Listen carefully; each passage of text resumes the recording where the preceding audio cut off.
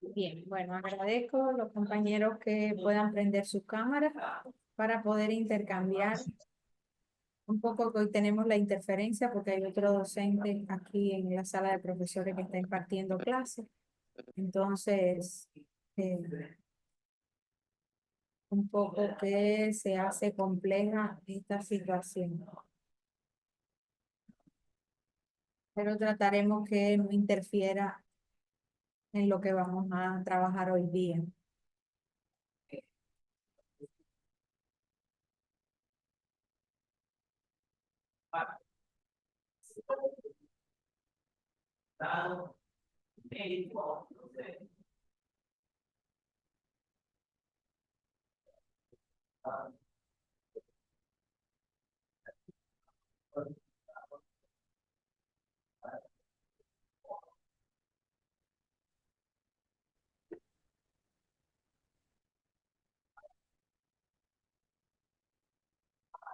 Bien, bueno, vamos a dejar la asistencia para el intermedio de la clase. Vamos a iniciar.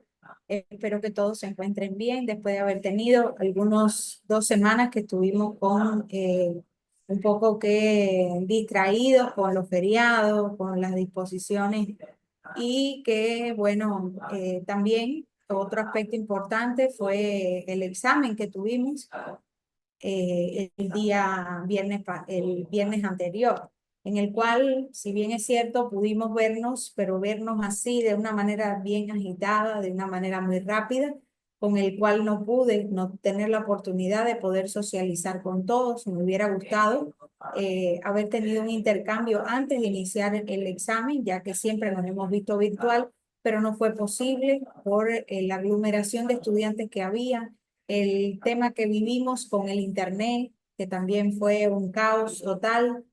Y bueno, todas estas cuestiones permitieron un poco que el examen se diera con normalidad. Afortunadamente, las calificaciones fueron subidas a tiempo en la plataforma y todos obtuvieron calificaciones bastante aceptables dentro de lo normal. Asumo que no haya existido ningún problema porque ninguno se comunicó conmigo a lo interno.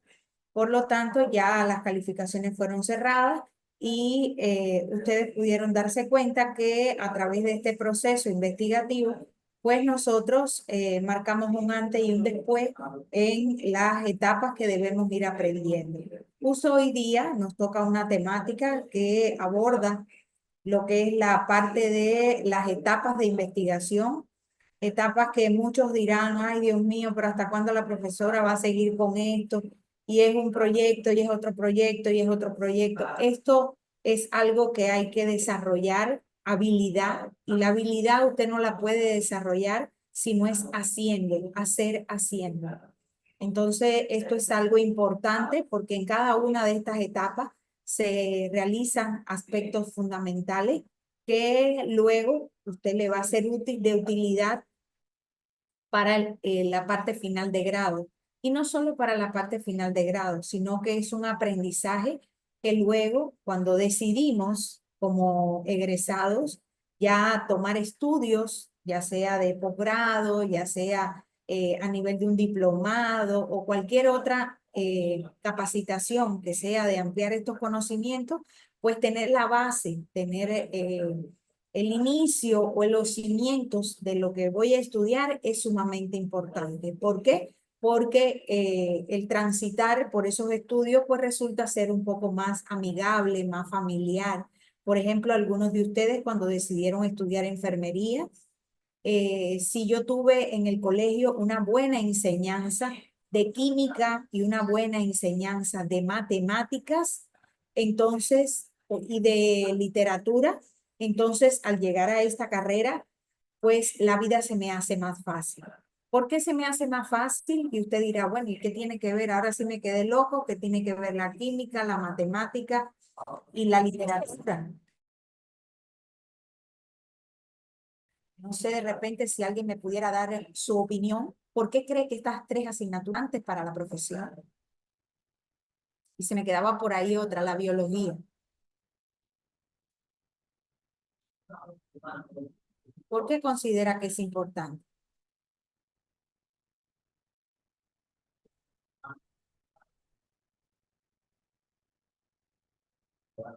Nadie tiene.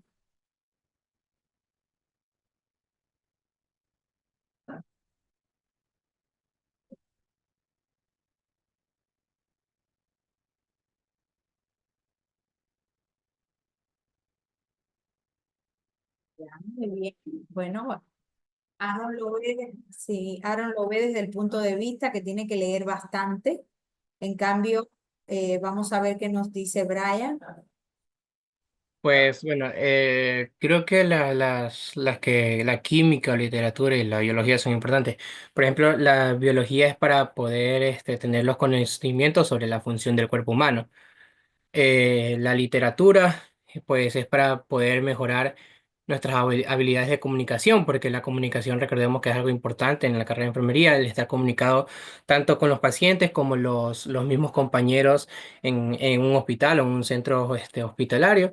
Y la química, pues, comprender cómo los medicamentos funcionan dentro del cuerpo de nosotros, del cuerpo de los humanos. Excelente, Brian. Es decir, aquí podemos darnos cuenta cuando hacemos una comparación, este aterrizaje en la profesión, pues vamos a escuchar, Neida, adelante. Sí, profesora, con todo lo que dijeron mis compañeros, tienen mucha razón, porque esto prácticamente sí es un complemento que tiene que ver con el área de la enfermería. Y también el área de la matemática es que la vamos a utilizar después en otros ciclos para la dosificación de medicamentos y todo eso, que en este caso el cálculo de goteo, todo eso es importante, por eso que también nos dan la matemática. Excelente, Neida. Como bien nos decía su compañero Brian, esto parte de que nosotros, cuando ya en el colegio damos la biología, pues ampliamos los conocimientos para poder entender al ser humano, para poder, cuando estudiamos la anatomía, la morfofisiología, cuando nos van a dar semiología en otro semestre, vamos a poder tener un conocimiento pues ya más acertado a la realidad. En la nivelación también me dan biología humana, ¿verdad? Como una asignatura, pudiéramos decir, lineal hacia el aprendizaje que vamos a adquirir. Con la química, porque tenemos que entender los procesos bioquímicos en el cuerpo humano, en la parte celular. Y todo esto lo vamos a intercambiar con la microbiología, con la bioquímica, con todos aquellos procesos que, si bien es cierto, nosotros vamos a trabajar con medicamentos, tengo que aprender cómo uno interactúa con otro, cómo esto le puede dañar al paciente, por qué la genética del ser humano hace tantos cambios ante los procesos físico-químicos que vamos a tener a lo largo del proceso de formación. Entonces, en este caso, la matemática, nos decía Neida, muy importante. Vamos a trabajar con un cálculo de dosis, con una dosificación a la hora de hacer un cálculo para el goteo. Si nosotros no sabemos las tablas de multiplicar, usted se imaginará un profesional de enfermería en un hospital contando así con los deditos. Usted se imaginará hacer chuletas en un papel donde yo tengo que anotar que 5 más 5 más menos 5 por 3 dividido para 7, esto me da un cálculo diferente. Entonces, también hay algo que es una realidad y ustedes me pudieran decir, no, licenciada, pero para eso llegó la tecnología, están las calculadoras. Si yo como profesional, ahorita yo veo los estudiantes y a veces yo digo, si ellos se vieran a lo profundo, qué desagradable se ve ver un profesional de enfermería con un canguro de ese puesto acá en toda su barriga. El canguro pesa más en ocasiones que el estudiante, porque en el canguro hay de todo. En el canguro está el bolígrafo, el equipaper, la cinta cortège, la tijera, el torniquete, la calculadora, la cinta métrica, el esparadrapo, los guantes, la mascarilla, el gel antibacterial o el alcohol. Cuando usted viene a ver, ese canguro es un armario o es un comodín. Entonces, esas situaciones se ven feas, se ven desagradables, porque ese instrumento no está incorporado dentro de nuestro uniforme. Entonces, son, pudiéramos decir, algunos aditamentos que ha usado el ser humano para poderse defender ante las adversidades y ante las dificultades que tenemos. Entonces, por eso es importante que si yo tuve en el colegio un buen aprendizaje en las matemáticas, a mí no, yo no voy a necesitar, de repente voy a necesitar la calculadora del celular para hacerlo más rápido, pero fácilmente las cosas básicas yo las voy a saber calcular de una manera rápida, porque recordemos que las situaciones de salud no esperan por nosotros, sino que nosotros tenemos que actuar así de manera rápida. Entonces, también la literatura, ¿por qué la gramática, la literatura es importante? Porque nosotros como profesional de salud tenemos que escribir en un reporte de enfermería un documento que es legal. La historia clínica del paciente es un documento legal. Y en ese documento legal, yo no puedo escribir como mismo escribo ahorita en el WhatsApp del celular, que de repente pongo por y la Q para decir por qué. O de repente le escribo a mi compañera una manito así porque le estoy diciendo, ok, estoy de acuerdo. Yo tengo que escribir de manera correcta. Y esas son habilidades que nosotros los profesionales tenemos que ir desarrollando. Por ejemplo, la motilidad gruesa, la motilidad fina, cuando escribimos, lo que escribo se tiene que entender. Yo no puedo escribir así con mis letras todas chamusqueadas porque la persona que viene detrás de mí no entiende lo que yo estoy escribiendo. Y ese reporte de enfermería es sumamente importante porque guía el antes y el después de lo que va a pasar con mi paciente. Entonces, fíjense por qué es importante los errores ortográficos, el estilo de redacción. ¿Por qué? Porque nosotros no estamos escribiendo un documento coloquial. Ese documento que de repente yo le pudiera escribir a mi mamá. Mamá, salí al mercado, haga el almuerzo, estoy así, ya, eso es como un anuncio rápido. Cuando yo le voy a escribir un documento a un informe de enfermería, yo tengo que ser explícita, yo tengo que ser un poco que congruente con lo que estoy escribiendo para que la persona que viene detrás de mí, que de repente puede tener una formación igual, mejor o peor que la mía, pues tiene que entender lo que yo estoy escribiendo. ¿Por qué? Porque hay algo en salud que nos dice la ley. El no saber no te exime de la culpa. Cuando se comete un error con un paciente, lo primero que van a buscar es el expediente clínico. Y el expediente clínico ahí se comienza a hacer todo el peritaje de qué cosa fue lo que escribí. Y hay personas o hay profesionales, yo he participado en algunos peritajes de situaciones, por ejemplo, muertes maternas, muertes pediátricas, y el profesional dice, es que ella escribió, la paciente no tenía nada a señalar o la paciente pasó la noche sin novedad, y yo les pregunto a ustedes, ¿el signo o la sintomatología sin novedad qué representa? Para Mónica puede representar que no pasó nada, pero le pregunto a Keila y me puede decir, bueno, ahí deja muy ambiguo porque yo puedo pensar que durmió bien, que comió bien, que no tuvo ninguna contraindicación o no tuvo ninguna complicación durante el turno de trabajo, pero es una cosa ambigua. Entonces, ahí está el detalle. ¿Y qué nos dice la ley cuando estamos en una situación de este tipo? Qué pena, licenciada. Al usted escribir esa palabra que escribió, no le exime de la culpa. Por lo tanto, como yo siempre digo en el ergor popular, tanta culpa tiene el que mata a la vaca como el que le aguanta las patas. Es decir, que todos somos culpables.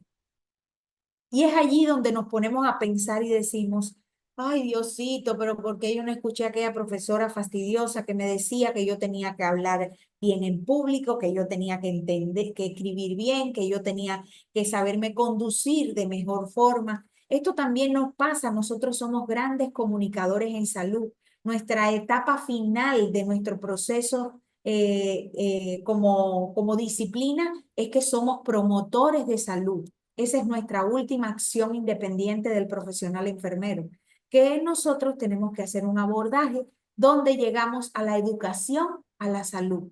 Pero si yo voy a educar a mi paciente y sencillamente lo único que hago es decirle, eh, el médico le dio la prescripción y el paciente me dice, sí, sí, ya me dio la prescripción. Ah, excelente. Mire, usted se va a tomar una pastilla a las 9 de la mañana. Usted se va a tomar abundante agua, lo tiene que hacer con comida y no se puede olvidar que tiene que ir al control, al seguimiento que le va a dar el médico. ¿Cómo se queda el paciente? Así, con la boca abierta. ¿Ustedes creen que ese tipo de transmisión de conocimiento le llegó correctamente al paciente? No, ¿verdad?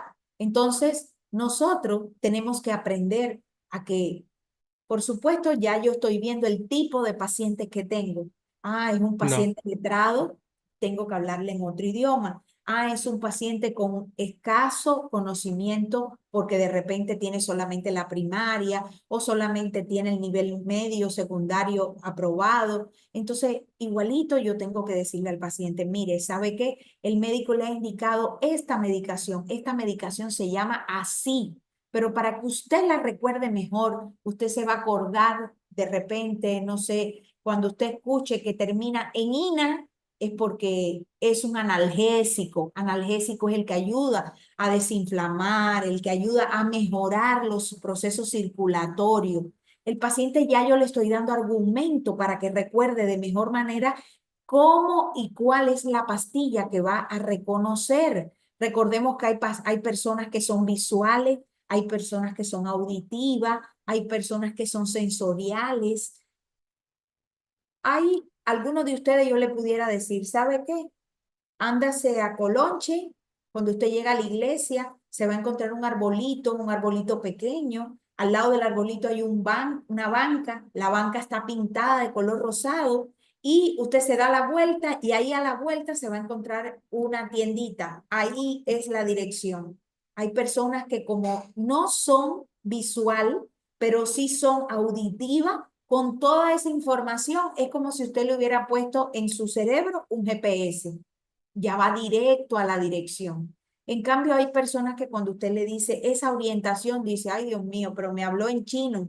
¿A dónde me mandó? ¿A dónde tengo que ir? La banca rosada, que la iglesia, que doblo, que esto. La persona se queda como así, mire, no me oriento. Entonces, ¿cuál es la decisión ahorita que estamos en lo moderno? Ay, no sea malita, mándeme la ubicación por WhatsApp. Pero aquí nos encontramos el otro problema. ¿Será que todo el mundo sabe manejar la ubicación de GPS por WhatsApp? Hay quien no sabe ni enviar un mensaje, ni adjuntar un documento, un mensaje. Entonces estamos queriendo llevar nuestro modo adaptativo del milenio, como nos encontramos, o los seniors, como nos encontramos en este momento de la actualidad, a los pacientes, cuando los pacientes apenas saben leer y escribir. Entonces, esta situación se convierte compleja. Pero ¿por qué usted dirá? ¿Y por qué todo esto si estamos hablando de investigación? Bueno, pues estamos hablando de investigación porque todas las investigaciones, ¿dónde se encuentran colgadas? En la web.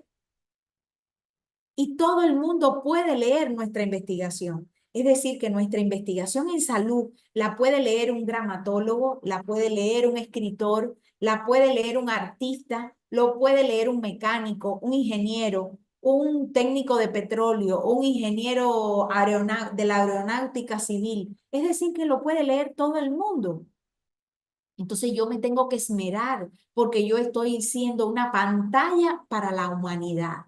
Y esa pantalla para la humanidad, ¿será que yo me puedo poner en la pantalla toda despelucada cuando me falte un diente? Toda sucia, toda desmaquillada. No, yo tengo que ser la pantalla. Y lamentablemente estas pantallas no son con el rostro, estas pantallas son con lo que estoy escribiendo. Entonces, lo que escribo un poco que da una percepción de quién soy, cómo soy y cómo me desarrollo en mi ámbito profesional. Entonces, por eso debemos ser cuidadosos y debemos ser respetuosos cuando aplicamos las normas de investigación. Hay quien dice, no te hagas problema, ahora llegó la inteligencia artificial, está el ChatGPT, está tantas cosas que hay en el internet. Mira, vamos a pagarnos este programa, en este programa lo instalamos, hacemos esto, hacemos aquello.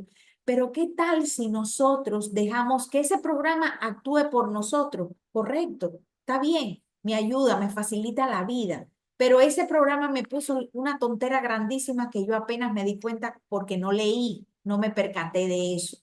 Y cuando eso está en la web, alguien muy letrado, alguien muy científico se percata y nosotros al cabo de los 10, de los 15 años recibimos un correo donde esa persona nos está comunicando: usted ha cometido un error muy grave por esto, por lo otro, tal, tal, tal, tal. Una comunicación que a veces nos quedamos, wow, pero ¿quién fue la gente que se atrevió a hacer esto? ¿O por qué será que me están ofendiendo así a través de un correo electrónico, algo tan sencillo? Y cuando nosotros buscamos la esencia, a la profundidad de qué es lo que ha pasado, ahí es donde yo me percato, uy, pero sí es que yo he cometido un error gravísimo. Quien tiene vergüenza se avergüenza, de repente se disculpa, pero quien no tiene vergüenza pues sigue cometiendo esos y tantos errores más. Por eso es que caemos en un ambiente de mediocridad y eso es lo que no podemos hacer, porque con la salud, como bien dicen los dicharachos por ahí, con la salud no se juega.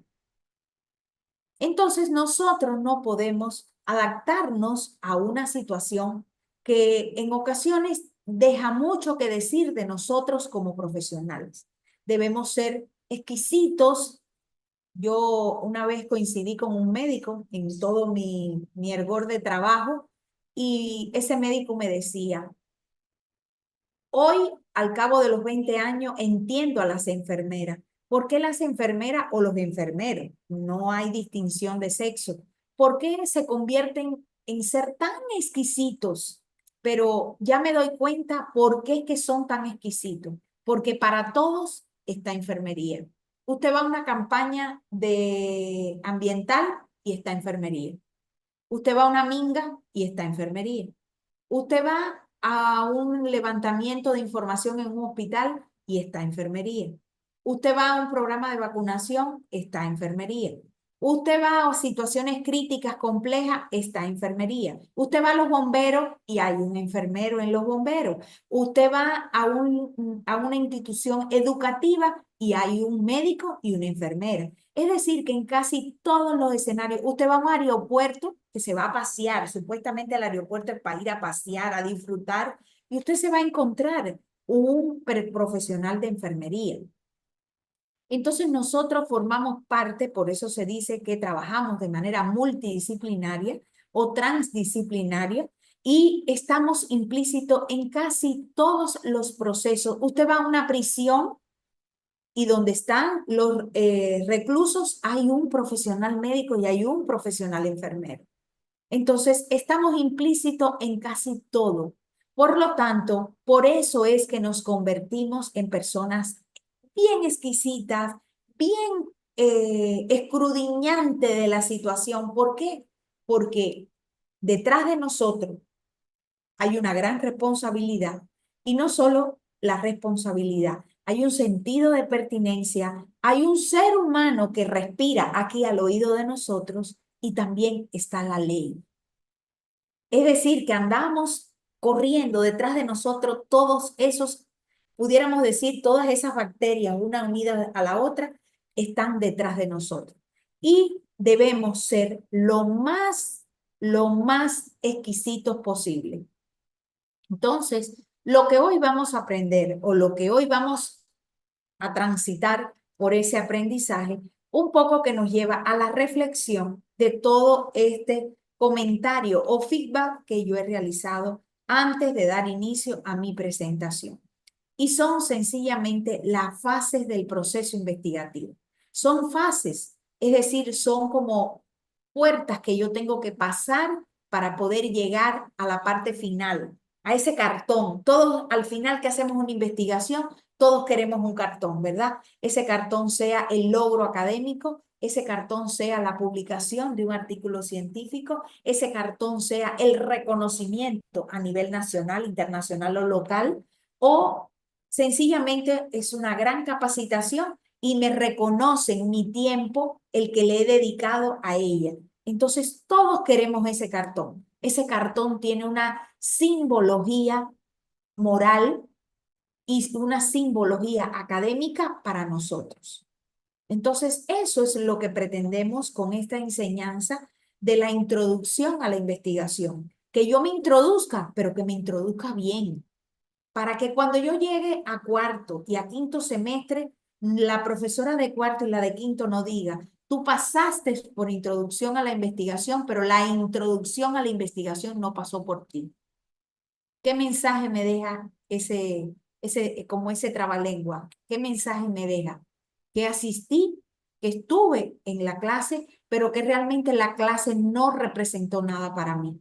¿Por qué razón? Porque no aprendí absolutamente nada. Entonces, mi sentir es que usted sí aprenda, pero que aprenda para que lo pueda aplicar no solo en estas asignaturas, sino en su vida profesional. No sé si hasta aquí hay alguna duda, algo que quieran comentarme, algo que de repente lo que he comentado le surgió otra duda a algún estudiante. ¿Se entendió?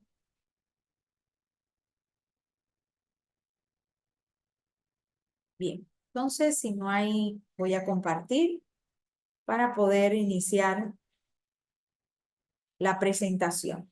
Hoy día vamos a ver las etapas de la investigación científica o las etapas del proceso, como también se le conoce en alguna literatura. Estas etapas del proceso nos van a permitir que aplicarlas y una vez que las aplique, pues las pueda un poco que ejercitar en un tema específico que tenga que ver con la profesión, donde se detalle cada etapa, cuáles son sus objetivos, cuáles son sus actividades claves y cuáles son los posibles desafíos que tengo con esta investigación. Por supuesto que a mí me queda claro, no pretendo que usted haga una investigación ya de la nada, que sale de paracaídas, no, pero sí que aprenda a aplicar el proceso de manera correcta. ¿Para qué? Porque en la medida que usted lo aprenda a aplicarlo de manera correcta, luego usted va a tener otros escenarios y lo va a saber identificar, lo va a saber reconocer para poderlo aplicar. Por lo tanto, conoceremos o aprenderemos metodologías que son probadas, herramientas prácticas y desarrollaremos las habilidades críticas necesarias para convertirlos en investigadores que sean competentes en la disciplina enfermera. Este aprendizaje, pues, es transformador al conocimiento que va a ser creado por cada uno de ustedes. En cada uno de ustedes hay un aprendizaje, hay nuevas iniciativas, nuevos pensamientos que de repente, pues, van a contribuir a la mejora continua de este proceso de investigación. El valor de la investigación en la formación universitaria parte específicamente de un desarrollo del pensamiento crítico. Si yo no soy un buen pensador crítico, difícilmente yo voy a poder dar aportes significativos a ninguna investigación. ¿Por qué? Porque de entrada yo no tengo un pensamiento, no soy crítico ante nada, todo lo que me dan me parece bien, nada me parece mal, entonces no voy a poder en ese sentido, poder contribuir un poco, aportar algo. Por lo tanto, este pensamiento crítico fomenta la capacidad de poder analizar información, cuestionar ciertos supuestos que me voy a encontrar, evaluar las evidencias y tener habilidades esenciales ante cualquier campo de la profesión. Recordemos que nosotros no solo trabajamos en la asistencia, trabajamos en la gestión, en la docencia e investigación. También genera un nuevo conocimiento porque a través de la investigación, ustedes los estudiantes pasan a ser consumidores pasivos y creadores activos del conocimiento. ¿Por qué? Porque cuando surge una idea importante y relevante de la investigación, pues nosotros ya tenemos un insumo que no es material, sino un insumo de conocimiento que nos permite llegar a generar o contribuir al avance de mi disciplina. Por ejemplo, ante la pandemia del COVID-19, muchas personas se ingeniaron algunos aspectos técnicos que podían servir para la manipulación de un paciente encamado. Lo documentaron a través de la investigación científica y hoy día forma parte de una herramienta más para poder nosotros tener una mecánica corporal de manera correcta, de manera adecuada. Entonces son contribuciones y para eso se le llama los semilleros de investigación, los semilleros de talento, se le llama la contribución de, por ejemplo, jóvenes forjadores del futuro, porque a través de ideas novedosas y significativas nosotros contribuimos a nuestra disciplina de enfermería. Tiene ventajas competitivas profesionales. ¿Por qué tiene ventajas competitivas profesionales? Porque consideran ustedes que será lo mismo un licenciado en enfermería que se gradúa con una competencia que nunca la pudo desarrollar, porque se graduó, sí, se graduó, alcanzó su título, pero cuando usted lo pone a hacer una labor investigativa, no sabe, no tiene esa habilidad a que un estudiante que llega a una institución donde me van a contratar, pero de repente me dicen, yo lo necesito, pero lo necesito en esta área. ¿Será que usted está competentemente preparado para eso? Y usted con aquella tranquilidad le dice, sí, estoy preparado. ¿Qué necesita que le haga? Pero eso es con conocimiento, no con improvisación, porque tenemos muchos casos que hay profesionales que dicen, sí, sí, yo sí lo sé hacer, y sin embargo están improvisando, porque realmente nunca en su vida han hecho ninguna acción semejante o similar a la que le están solicitando. Entonces, ahí vemos que caemos en un problema de mediocridad y también de la improvisación que no le contribuye a la profesión. Más que todo lo que hace es deteriorarla, marginarla y simplificarla. También tenemos un impacto en la sociedad. ¿Por qué? Porque la investigación universitaria contribuye directamente a resolver problemas reales de la sociedad y a su vez genera un impacto positivo en el entorno en el cual se está investigando. Por ejemplo, ahorita no, yo soy directora de un proyecto de investigación y con los estudiantes de cuarto, en aquel momento eran de cuarto semestre, hoy día están en séptimo semestre, nosotros pudimos darnos cuenta que pasada la pandemia existió un incremento acelerado y sin precedentes del aumento de las enfermedades crónicas no transmisibles en una comunidad acá en la provincia de Santa Elena. Sin embargo, esa investigación que hicimos, esos resultados que plasmamos desde la investigación, pues están sirviendo en estos momentos para que ese centro de salud, ese presidente barrial y esos promotores de salud de esa comunidad tomen acciones, hagan acciones para qué, para mejorar esa problemática que nosotros a través de la investigación nos pudimos dar cuenta, porque nos imaginábamos que algo estaba pasando, pero no sabíamos la realidad hasta que no hicimos la investigación. Cuando vemos el panorama del proceso de investigación, tiene varias partes. Por ejemplo, tiene el primer proceso o el primer paso es la planificación. Para yo hacer una investigación, yo tengo que planificarme, tengo que buscar la definición de lo que es el problema se me ocurre el problema que está suscitando es el desconocimiento de tal procedimiento o el desconocimiento que hay en la población. Vamos a hablar en términos que sean más amigables con ustedes. El desconocimiento que hay en la población de temas relacionados con las relaciones sexuales. Hoy día, hablar de relaciones sexuales todavía es un tabú.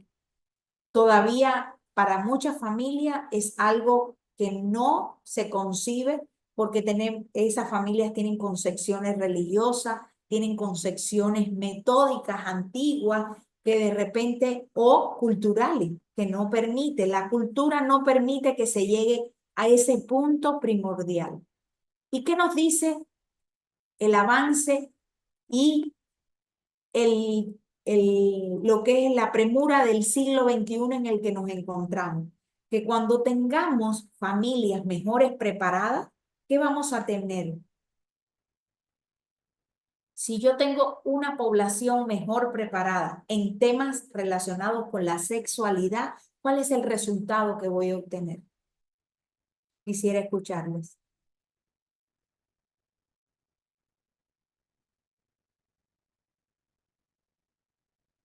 Puede existir una Quizás, disminución en los embarazos precoces. Las personas también tendrían mayor información sobre lo que son métodos anticonceptivos y podrán planificar mejor sus matrimonios y todo eso. Excelente, Omar. Muy bien, su criterio. Adelante la otra joven que creo que estaba con el micrófono también abierto. también sobre el conocimiento de los métodos anticonceptivos, pues existirían menos enfermedades de transmisión sexual y los embarazos fueran planificados y no por algún desliz. Correcto. Tuviéramos menos daño a nivel de la salud mental. ¿Por qué menos daño a nivel de la salud mental? ¿Usted cree que una joven que sale embarazada con 11 años de edad, con 12 años de edad, maternalmente su organismo está preparado para concebir un hijo? No está preparado. Entonces, eso es un embarazo que en ocasiones se torna un embarazo no deseado. Es una situación, un conflicto familiar, porque los padres, ¿qué dicen los padres? Pero si yo tengo una niña, que para mí la considero como una niña de 11 años que todavía estoy educando, ahora me va a tocar educar mi niña y además me va a tocar educar la niña o el niño de mi niña. Entonces, cuando usted viene a ver, se convierte en un proceso complejo familiarmente. Vamos a evitar la transmisión, como bien dice la compañera Bianca, la transmisión de las enfermedades de transmisión sexual. Ustedes tienen conocimiento que la península de Santa Elena es la segunda provincia con mayores tasas de VIH-Sida en el país. Entonces, si yo soy una persona que estoy totalmente preparada, así me llegue Alain Delon delante de mí, así me llegue Shakira y se me quite la ropa delante de mí, ¿cuál va a ser mi conducta? ¿Cuál va a ser mi decisión? Mis relaciones sexuales tienen que ser responsables. Por lo tanto, acudo a todos los métodos anticonceptivos que estén a mi alcance, de manera tal que yo evite, primero, una enfermedad de transmisión sexual. Segundo, yo conozco a Shakira a través de la televisión. Esto lo pudiera decir Aaron, Omar, cualquier otro de los compañeros hombres. La conozco por la televisión, pero yo sé quién es Shakira en la vida personal, no lo sé, pero sencillamente se me dio la oportunidad, voy a tener relaciones sexuales con Shakira, pero tengo que ser responsable, tengo que cuidarme. Y lo mismo pasará con todos ustedes los hombres, que siempre el hombre tiene un concepto y dice, no, si a mí se me da la oportunidad, pues yo aprovecho. Sí, pero si usted aprovecha, usted tiene que aprovechar, pero de manera responsable. Porque qué duro, qué triste, qué difícil es que después que yo tengo relaciones sexuales con una joven, me caiga la Contraloría, me caiga la Fiscalía, me cae la familia. Mire, usted hizo un acto que no fue responsable y ha provocado una consecuencia. Por lo tanto, ¿qué dice la ley? El no saber no lo exime de la culpa. Entonces, eso es triste, porque es una persona que tiene que abandonar sus estudios, ya tiene que darle frente a la situación a la cual inició, y todas estas cosas se tornan complejas. Entonces, todo esto lo podemos nosotros evitar cuando la persona tiene mejor conocimiento. Entonces, la planificación es muy importante para yo no divagar, para yo aterrizar a la realidad. Para todo esto tengo que tener una revisión bibliográfica. Yo tengo que buscar, si mi tema se me ocurre, mi tema habla, vamos a seguir con el mismo ejemplo de información sobre relaciones sexuales, pues yo tengo que estar informado, yo tengo que descargar los mejores papers, los más actualizados, los artículos más recientes, los que tienen mayor ponderación académica, de manera tal que todo eso me va a permitir, pues, alimentar mi marco teórico de una manera, pues, muy congruente. Luego tenemos un proceso que se llama comunicación. Y hay quien dice, bueno, es que yo me voy a poner a comunicar todo eso. No.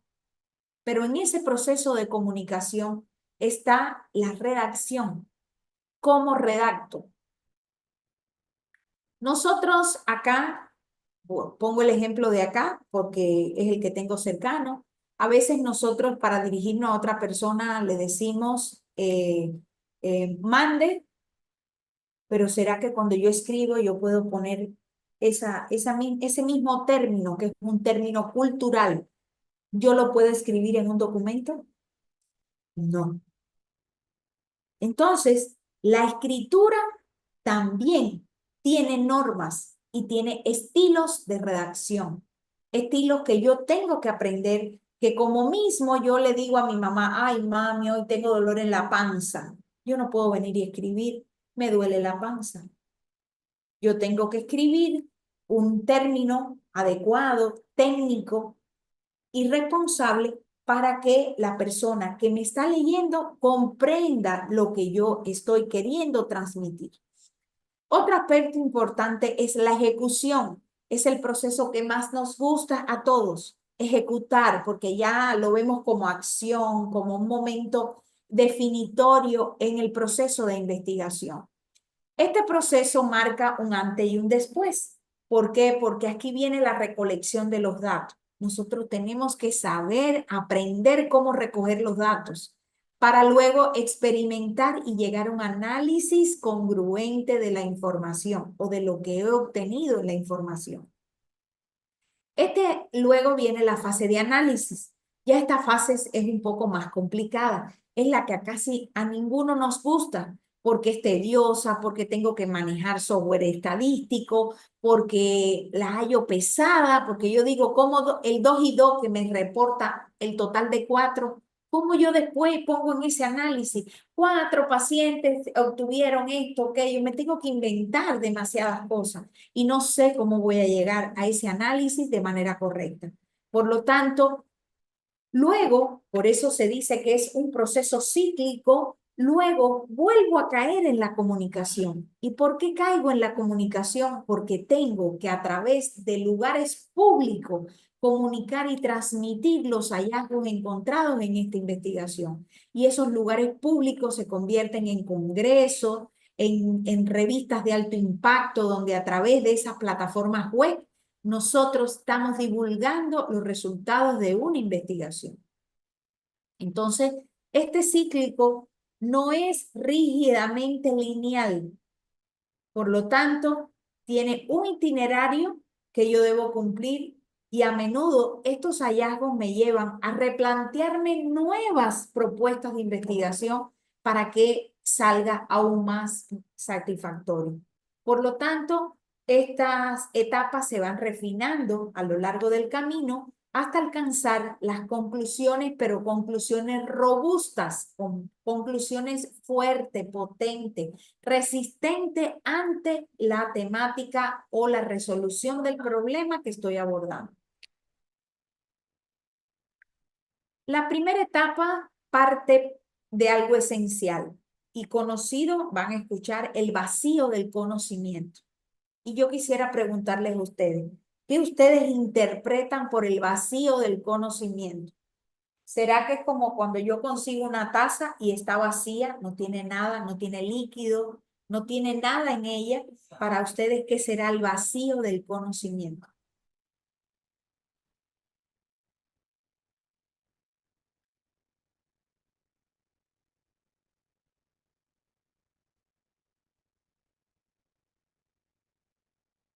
¿Se refiere quizás a la ignorancia? Bueno, no tan así a la ignorancia, pero un poco que parte de aquel conocimiento o aquella identificación que nosotros necesitamos encontrar de alguna información que todavía no se conoce en toda su totalidad. Por lo tanto, como bien dice el documento, nos ayuda a identificar dónde falta o existe contradicciones en el conocimiento actual, en este caso de la disciplina que nosotros estamos estudiando. Si bien es cierto, hay muchas cosas de la profesión que ya están estudiadas, pero sin embargo, muchas veces no sabemos cómo está el comportamiento de eso que se ha estudiado en una población en particular, o sencillamente todavía faltan muchas cosas por conocerse. Entonces, esta parte o etapa número 1 nos ayuda también a delimitar el problema, a establecer límites claros y manejables para la investigación en términos de alcance, de población y en el tiempo que lo voy a ejecutar. Por eso es que usted ve que casi todos los títulos de investigación parten de dos variables, un conector lógico, un lugar donde se va a realizar y una temporalidad, es decir, el tiempo en el que lo voy a desarrollar. Y aquí viene la delimitación del problema. Luego viene la formulación de esa pregunta de investigación. Pregunta que es aquella interrogante específica de esa temática que yo me he planteado, pero que en términos alargados va a ser medible, va a ser relevante y va a guiar todo mi proceso investigativo. ¿Por qué lo va a guiar? Porque en base a esa pregunta yo voy a ir buscando las respuestas y voy a llegar a la respuesta final a través de mis resultados. Entonces, por eso es que es importante la formulación de manera correcta, la pregunta de investigación. Hay quien hace una pregunta de investigación que parece un poema o parece una poesía. Y por ahí nos podemos encontrar muchos ejemplos. En cambio, la pregunta de investigación, ¿por qué dice pregunta? Porque tiene signos de interrogación, como cuando yo digo, ¿qué pasará mañana? ¿Usted sabe lo que va a pasar? ¿Usted sabe lo que va a pasar mañana? No lo sé yo, no lo saben ustedes, no lo sabe nadie. Pero si yo investigo qué es lo que va a pasar mañana, yo voy a obtener un resultado. Y de aquí a 3, 4 meses yo les puedo decir, ¿se acuerdan cuando yo les pregunté qué va a pasar mañana? Miren, yo estudié, analicé, iba a pasar esto, esto, esto y esto. ¿Que puede que sea una predicción anticipada? Claro que sí. Pero hubo un estudio, hubo un análisis. No sé si a algunos ayer ha sucedido algo interesante, ¿verdad? ¿Qué sucedió ayer para el mundo? Cambiando de palo para rumba. Era el nuevo papa. Correcto. Se eligió el nuevo papa para que nos apoye y que nos potencie a nivel internacional. Muy bien, excelente. Pero yo pregunto a ustedes, ¿alguien sabía quién iba a ser ese papa?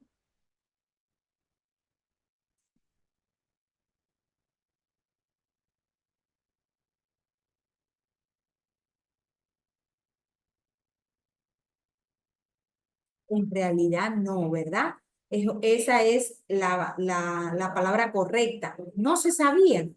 Pero ¿qué tuvieron que hacer todos esos cardenales, 133 cardenales, dentro de esa Capilla Sixtina, que tanto los periodistas nos han estado ahí comunicando de manera continuada, que tuvieron que hacer una investigación profunda de todos los candidatos, de manera tal que de una manera transparente poder entre ellos seleccionar el que mejores resultados podía tener a la continuidad del Papa anterior, del sucesor, del que acaba de fallecer.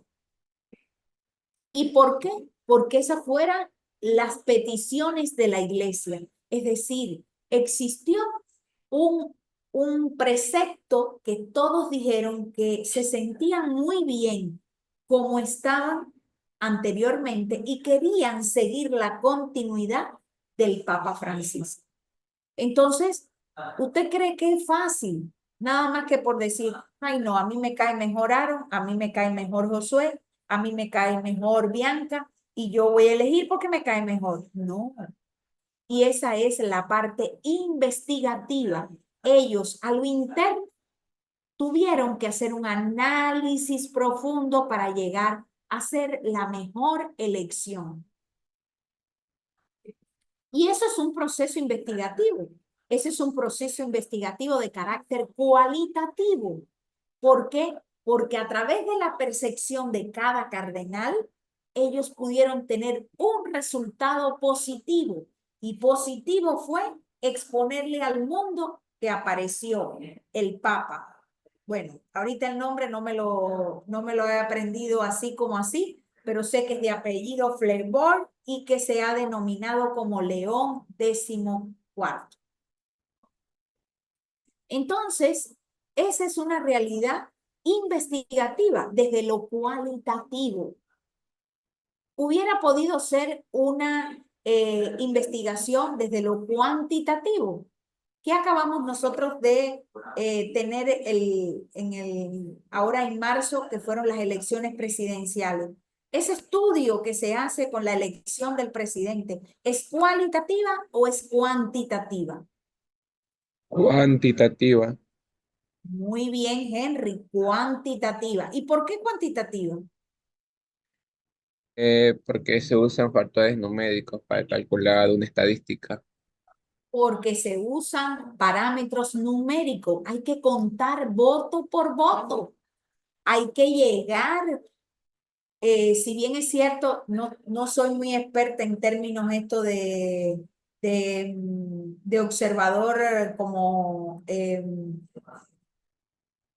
bueno, observadores del CNE que hacen estos estudios, pero por eso es que se hacen encuestas anticipadas, donde las encuestas decían, fulanito lleva el 50%, el otro lleva el 47%, cuando existan 1000 votos más, el otro va a tener 1000 votos menos, este aumenta, el otro disminuye. Es decir, que son análisis estadísticos que se hace a través de la probabilidad.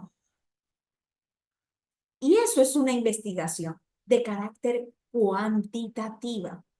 Pero qué bonita o sería que a pesar de nosotros tener una votación de manera cuantitativa, también existiera una percepción de lo que cada elector desea para su país.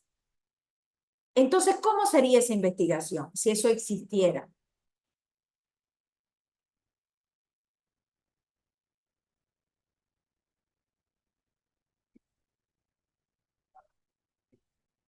¿Cómo sería esa investigación? Ahí sería cuantitativa y cualitativa. ¿Y cómo se le llama ese diseño de investigación? Un enfoque mixto. Un enfoque mixto, correcto. Decir es una investigación cuantitativa, eso es un error que desde ahorita lo tenemos que solucionar. Porque si bien es cierto, en mi cerebrito yo tengo el razonamiento de saber que tengo una variable quali y una variable quanti. Pero ¿cómo se llama el diseño, el método, el enfoque? Mixto. ¿Por qué? Porque me ayuda a comprender las dos situaciones investigativas.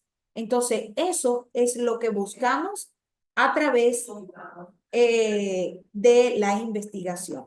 Por lo tanto, nos dice que la correcta identificación del problema es muy fundamental, ya que determina la dirección y el valor de toda investigación, lo que a su vez ayuda a que tengamos casi la mitad del problema solucionado. Cuando nosotros hacemos este proceso de manera correcta, yo tengo el 50% de mi investigación sin ningún problema. Yo les voy a poner un ejemplo. Cuando empecé mis estudios doctorales, empecé en plena pandemia. Cuando iba en los momentos que se podía, que iba y me sentaba con mis compañeros, mi promoción era de 37 compañeros, 37 estudiantes. Y los 37 estudiantes, ahí había epidemiólogos, ahí había maestros, ahí hay ingenieros, ahí hay médicos, odontólogos. ¿Por qué? Porque el programa doctoral es en ciencias de la salud, es amplio.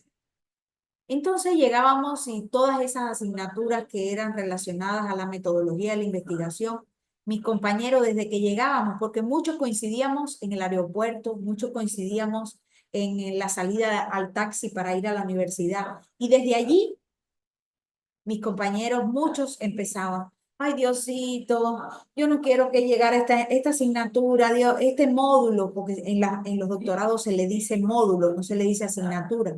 Entonces, ay Dios mío, yo no sé cómo voy a aprobar esto, ya esto es tedioso, esto es pesado, ya yo no sé cómo voy a hacer esto. Y yo decía por dentro de mí,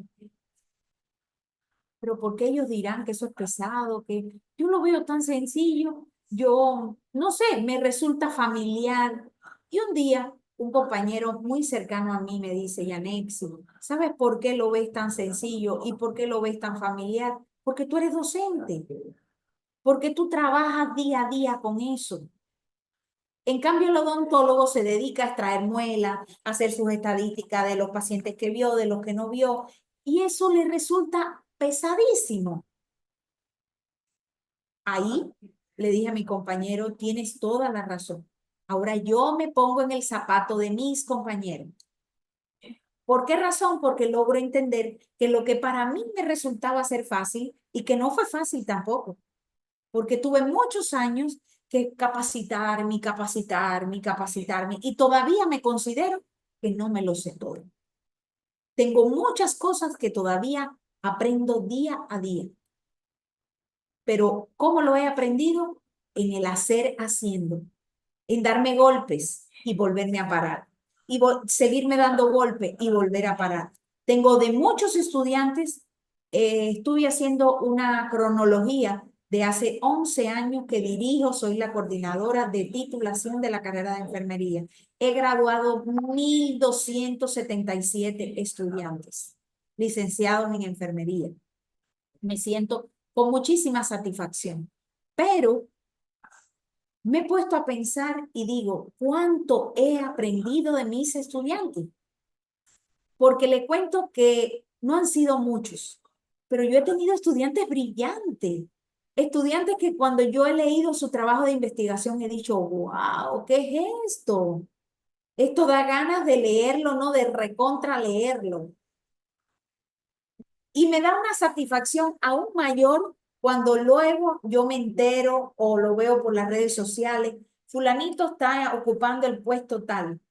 Entonces ahí está la razón. Él está ocupando un puesto, pero porque tiene conocimiento, porque se esmeró, porque aprendió, porque hizo su mayor esfuerzo en hacer las cosas de manera correcta. Entonces creo que todos estamos en la capacidad de poderlo hacer, de poderlo ver sencillo, de que sea más amigable, pero cuando le prestamos un poquito de atención a lo que nos va a tocar. Ahorita muchos de ustedes de repente podrán decir, bueno, yo tenía entendido que investigación era pesadísima, pero bueno, como la profesora me lo está haciendo digerir, está haciendo un poquito más comprensible. Bueno, se topó con esa condición. A lo mejor hay otros que dicen, ay, no, pero con esta profesora yo vivo bostezando y durmiendo, porque yo no entiendo nada. Pero a lo mejor usted llega a otro semestre donde otra vez va a dar investigación, donde otra vez va a escuchar todo este sermón de una manera diferente.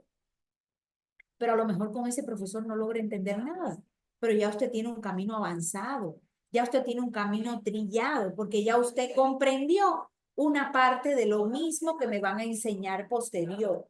Pero mejor aún, cuando llega el proceso de titulación, mientras otros están comiéndose el libro de Sampieri, ya usted tiene un paso avanzado, ya usted se desenvuelve mejor en este proceso. Entonces, usted termina de manera rápida. Fíjense si es así, que de toda mi promoción, que les dije, son 37 compañeros, yo soy la número 3 en graduarse. ¿Y por qué razón? Porque lo que para mis compañeros le ha sido muy difícil, para mí era un poco más fácil. Entonces yo, poniéndole un poquito de esfuerzo, rapidito lo saqué.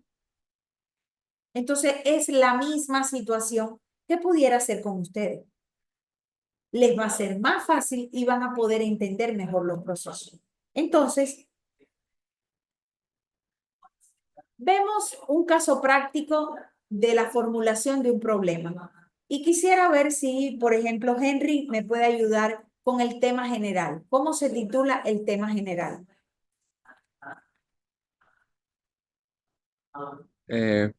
Impacto de uso de tecnologías educativas en el aprendizaje universitario.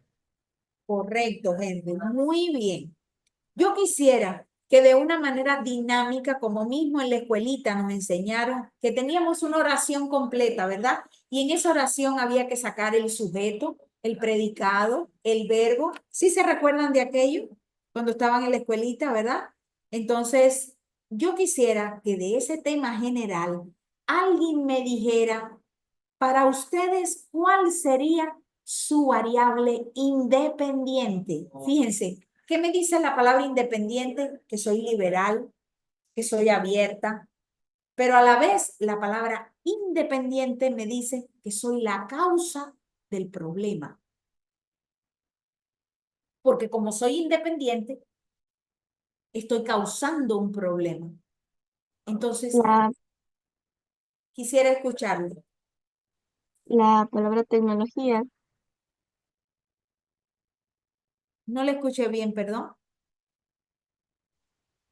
tecnología, Nos dice la compañera, tecnología es su variable independiente. Vamos a ver qué nos dicen sus otros compañeros. ¿Algún otro criterio? Vamos a ver si está en lo correcto. Sí, el uso de la tecnología. La tecnología.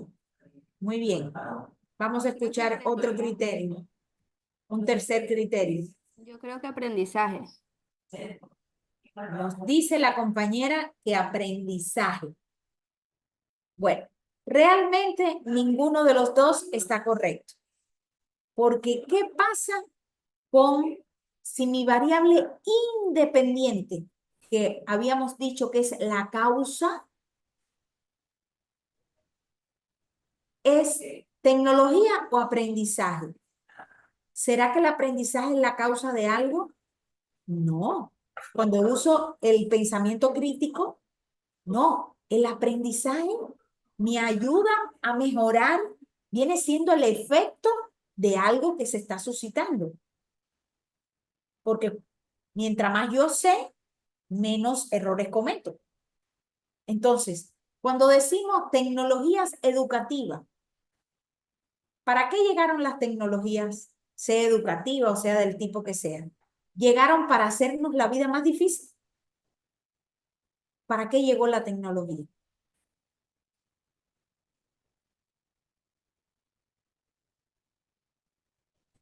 Son herramientas de ayuda. Para hacernos la vida más fácil, para facilitarnos nuestros procesos de aprendizaje. Entonces, en este caso, mi variable independiente es tecnologías, pero educativa. Tengo que agregarle el apellido. Es decir, que la compañera no estaba tan alejada, pero no la palabra tecnología sola, sino tecnología educativa. ¿Cuál es nuestra variable dependiente? Que sería el efecto que esa tecnología va a ocasionar a futuro, a corto, a mediano o a largo plazo. ¿Cuál entonces sería mi variable dependiente? Depende del comportamiento de El la otra. aprendizaje. El aprendizaje universitario. Correcto, el aprendizaje universitario. Entonces, ahí nos damos cuenta de que estas dos variables yo las voy a poner a fusionar a través de mis objetivos específicos. ¿Para qué? Para conseguir un resultado. Entonces, cuando yo mida en el tiempo el impacto de la tecnología educativa en el aprendizaje universitario, ¿qué voy a obtener como resultado?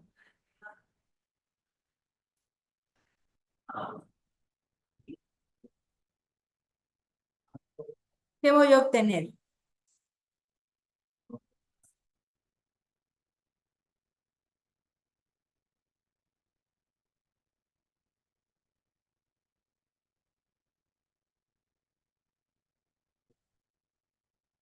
¿Qué dicen los compañeros? Dana, ¿qué usted va a obtener cuando usted aplica su investigación y mide en el tiempo qué impacto tiene la tecnología educativa en el aprendizaje universitario?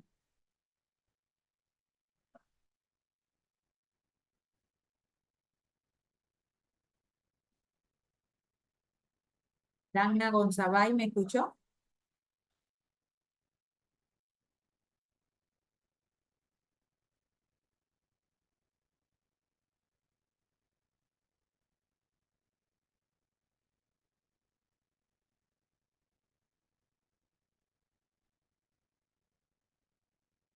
Vamos a ver, Gray, Corozo, ¿qué usted obtiene?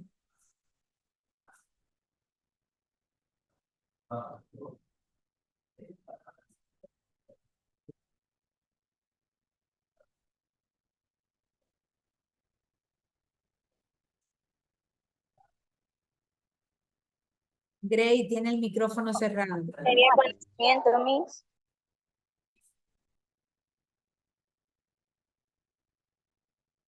No le escuché.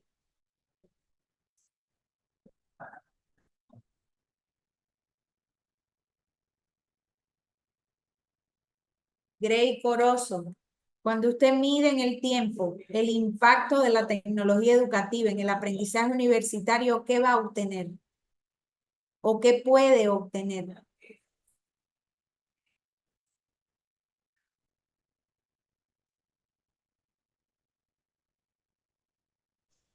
Un impacto que puede tener las tecnologías en el aprendizaje universitario puede ser el desarrollo o la amplia gama de información que uno puede adquirir a través de la tecnología.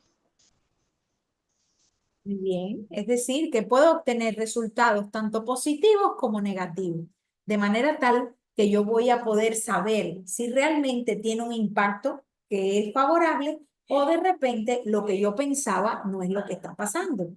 Por ejemplo, si yo hago este aprendizaje en la tecnología educativa en el ámbito universitario con los estudiantes de primer semestre, mi resultado va a ser el mismo a un estudiante de octavo semestre. ¿Por qué Anabela me está haciendo con la cabeza que no? Porque el universitario que ya está en octavo semestre ya tiene como más conocimiento que el que está en menos semestre. Correcto, porque el que está en un semestre más avanzado ya tiene una experiencia, ya tiene ha incorporado varios conocimientos y ya tiene un mejor aprendizaje. En cambio, el que llega nuevo, como por ejemplo cuando yo abrí la pantalla la primera vez, cuando abordé el curso de nivelación, aquí no me deja mentir que está Omar y hay otra compañera por ahí que son los que recuerdo. Me acuerdo que cuando yo les dije, yo necesito que me hagan un diario de aprendizaje y necesito que lo hagan a través de esta herramienta virtual. Todos se quedaron así como diciendo, Dios mío, esta señora ahora me tiró al abismo. ¿Por qué? Porque yo venía del colegio donde solamente la profesora me decía, a ver, mijito, hoy tenemos el parcial. Mira, aquí hay una guía, estúdiate esta guía y por esta guía es que vas a hacer el examen. Entonces, cuando llego a la universidad, me toca ese choque. Tengo docentes que siguen esa metodología tradicional, pero tengo docentes que me dicen, ándate a leer. Si no vas a leer, nunca vas a poder comprender lo que estoy abordando. Entonces, me toca hacer un sacrificio en que tengo que cambiar ese paradigma de que tengo que dejar de lo esquemático a lo didáctico, que tengo que ser didáctica. Y eso un poco que ahorita es lo que estamos aprendiendo. Por eso es que se hacen las investigaciones, para obtener resultados tanto positivos como negativos. No siempre las investigaciones son positivas. Por lo general, para eso investigamos, aspiramos que sean positivas. Pero si no es el caso, me puede dar negativo. Y no pasa nada. Entonces, cuando ya yo tengo bien determinado, que si se dan cuenta, desde el título me puedo dar cuenta cuáles son mis variables de estudio, pues entonces yo puedo plantear el problema de investigación. Ese problema, pues, es el efecto del uso de la plataforma virtual de aprendizaje en el rendimiento académico de los estudiantes de psicología en la Universidad Complutense durante el curso 2023-2024. Es decir, que ya le voy dando un orden más lógico. Luego de cada una de este planteamiento del problema, yo tengo que generar preguntas de investigación. A veces el estudiante quiere solamente formular una pregunta. Mientras más preguntas usted se formule, de allí van a salir sus objetivos específicos. Y las preguntas, cuando nosotros mismos las contestamos, me dice, ay no, pero esta pregunta no tiene sentido, no tiene lógica. Entonces, por eso es que la tengo que plantear de manera correcta. Entonces, de todo esto, mire lo que el investigador se está planteando. ¿Cómo afecta la frecuencia del uso de la plataforma virtual al rendimiento académico? ¿Qué será esto que estoy preguntando? ¿Será un efecto? ¿Será una causa o será una consecuencia? Para usted, Amanda Mejillones, ¿qué será?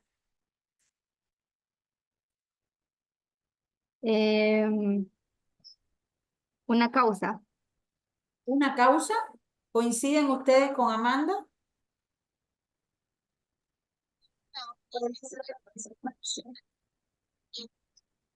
Bianca, ¿no se le escuchó? Una consecuencia, creo que sería. Una consecuencia, correcto.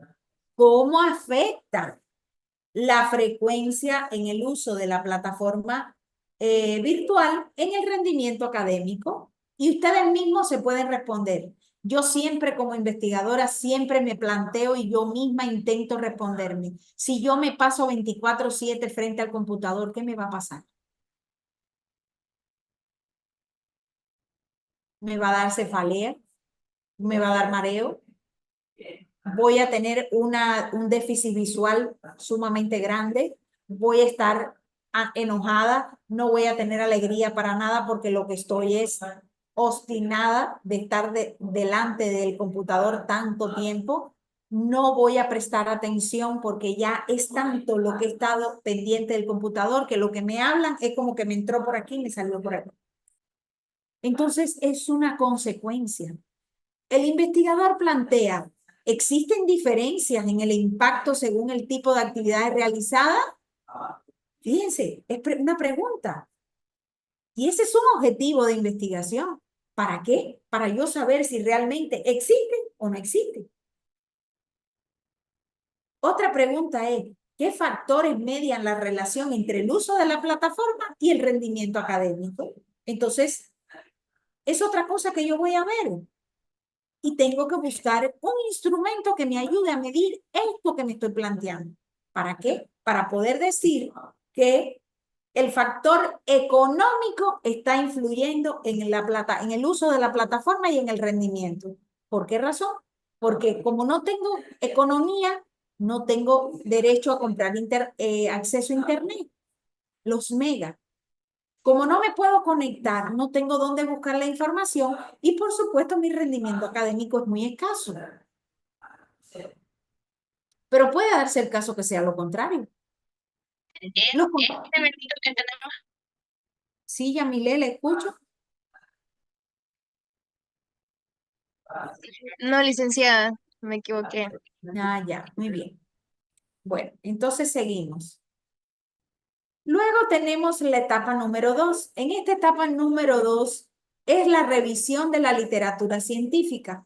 Yo tengo que buscar, como ese niñito que está ahí en la imagen, aquella literatura o aquellas fuentes de datos académicas que pueden ser de la Web of Science, Scopus, Pumex, que me ayuden a seleccionar publicaciones recientes y de alto impacto. Luego voy a hacer un análisis crítico. ¿Cómo hago el análisis crítico? Cuando yo me pongo a leer, ¿por qué tengo que hacer una evaluación de esa calidad metodológica? ¿Cuáles son las aportaciones que tiene el estudio hacia el problema que yo he seleccionado? Luego voy a identificar cuáles son los vacíos que hay, tanto en la mía como en la investigación de otra persona, y cuáles son las contradicciones que tenemos ambos investigadores. Luego voy a construir mi marco teórico basándome en todo eso que tengo, por eso se usa el parafraseo, donde voy a parafrasear documentos que de repente no son ideas que nacieron de mí, sino son la idea que yo he tomado de lo que me interesó de este autor, del otro, y voy a parafrasear para construir un párrafo lindo y exitoso. Una correcta revisión bibliográfica bien exhaustiva nos permite evitar duplicar investigaciones ya realizadas y nos ayuda a construir sobre un conocimiento ya existente, posesionándonos a nuestro estudio en un contexto científico actual. Por lo tanto, lo hacemos más auténtico, lo hacemos propio y de mayor connotación. Luego viene la fase de la herramienta que utilizo para la revisión bibliográfica. Esa herramienta pueden ser bases de datos académicas, como ya se los mencioné, pueden ser gestores de referencia. Dentro de los gestores de referencia se utilizan el Mendeley, Zotero o EndNote. Es decir, ambas permiten almacenar grandes cantidades de información que en un tiempo prudencial me permiten citar bibliográficamente sin ningún problema. Y vamos a ver un ejemplo después. Luego nos ayuda el software de análisis bibliométrico.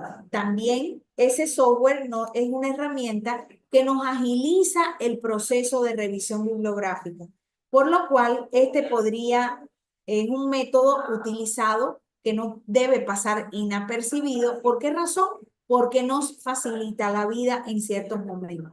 Luego tenemos la tercera etapa, que es la formulación de la hipótesis y de los objetivos. Primero los objetivos y luego la hipótesis. Pero bueno, la hipótesis es como aquella pregunta interesante que yo me formulo para crear mis objetivos específicos de investigación.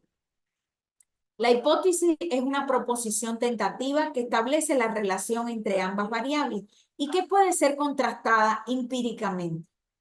Ejemplo de esto es el uso diario de la plataforma virtual. Está positivamente relacionado con un mayor rendimiento académico en los estudiantes universitarios de psicología. Es decir, yo estoy planteando una hipótesis que es alternativa. Puede como no puede existir.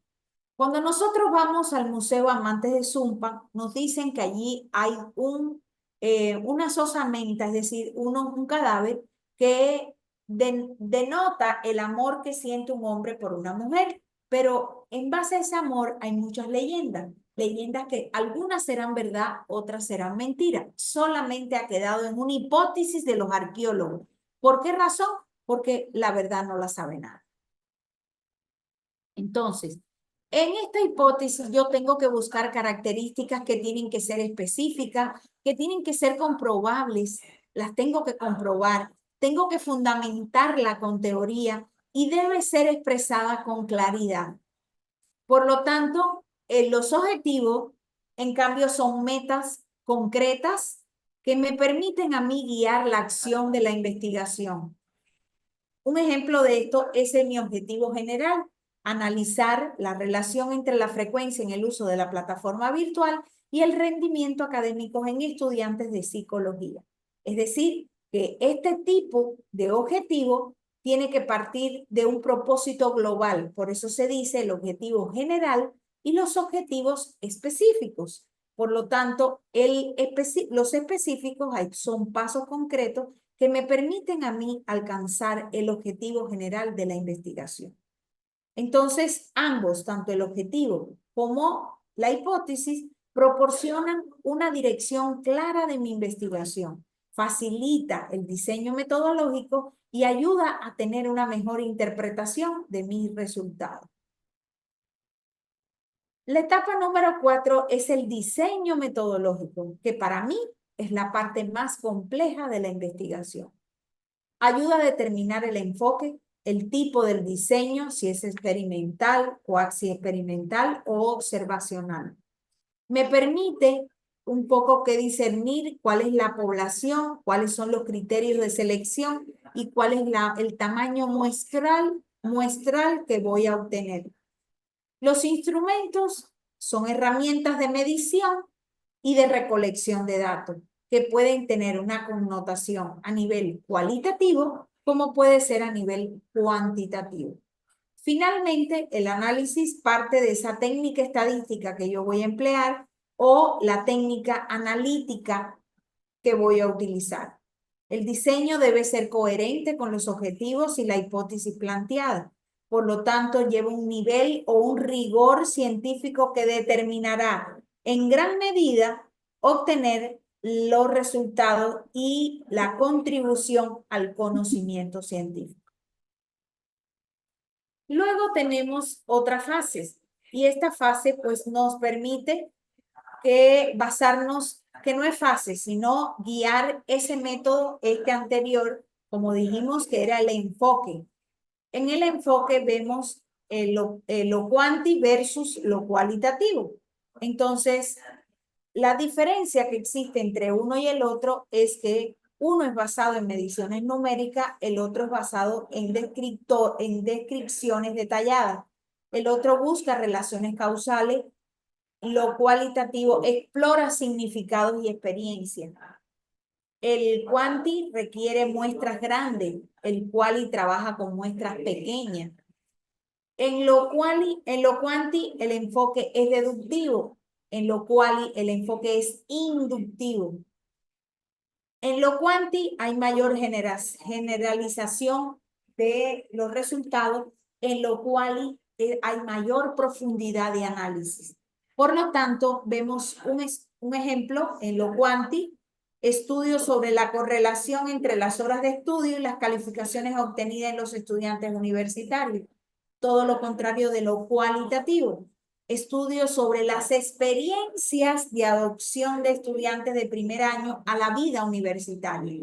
Es decir, aquella experiencia que tiene el estudiante cuando empieza en la universidad, todo lo contrario a ver el estudio de las horas de estudio con la calificación obtenida, hago una comparación.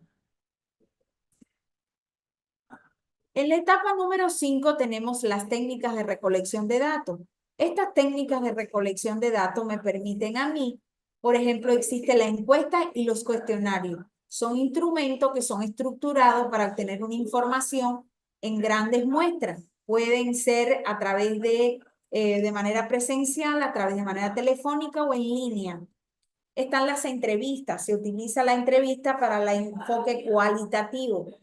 Estas conservan una exploración profunda de la perspectiva que tiene el participante. Y estas pueden ser estructuradas, semiestructuradas o abiertas. Estructurada es cuando yo cojo un papel y digo, voy a hacer 5 preguntas. Las estructuro. La semiestructurada es cuando yo me guío por una pregunta y abro el debate a la reflexión. Y cuando decimos a profundidad es porque yo profundizo en la perspectiva que tiene el individuo. Cuando vemos la observación, en toda investigación hacemos observación directa, porque estoy observando el fenómeno tal cual se está dando. Y el análisis documental es cuando yo utilizo o alguna información estadística que ya hay en una base de datos o hago un análisis profundo del documento legal. ¿Cuál dije yo que era el documento legal al inicio de mi presentación? La historia clínica del paciente. Entonces, aquí tenemos un caso práctico, ¿verdad? Que me permite de un diseño de instrumento de investigación. Definir la variable a medir, operacionalizar esa variable, construir el instrumento, hacer un pilotaje de ese instrumento y buscar un refinanciamiento para él. Entonces, eso va a ser importante.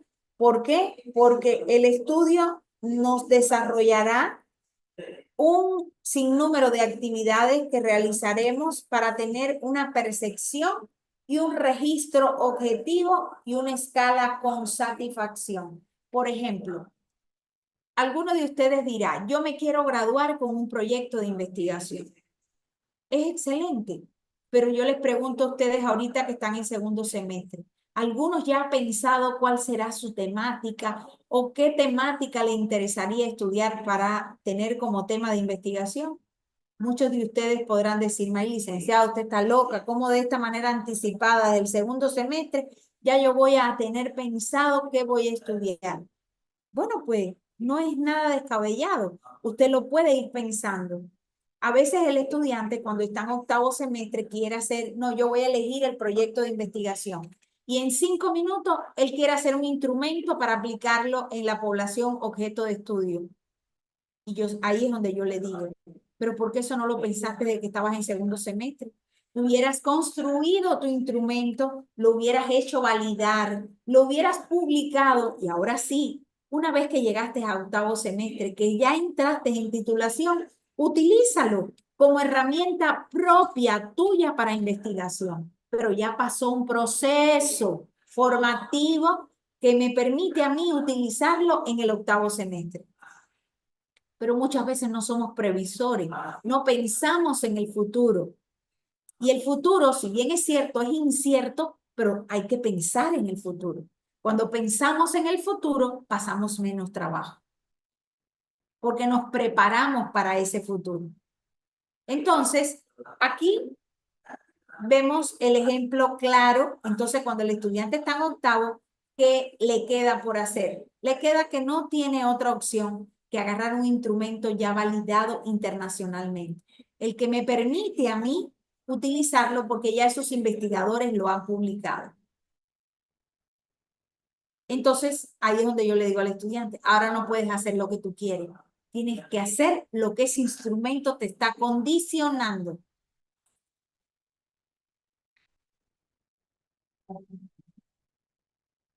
Tenemos la etapa número 6, que es la etapa de campo, aquella que yo hago para la recolección de los datos. Tengo una planificación logística, tengo una ejecución sistemática y una organización y almacenamiento de toda la información de mi investigación. Por lo tanto, es como que yo tengo el muñeco, pero armado por pedazos. La cabeza, los bracitos, el cuerpo, las piernas. Entonces, tengo el muñeco separado y voy entonces ahora sí a armarlo.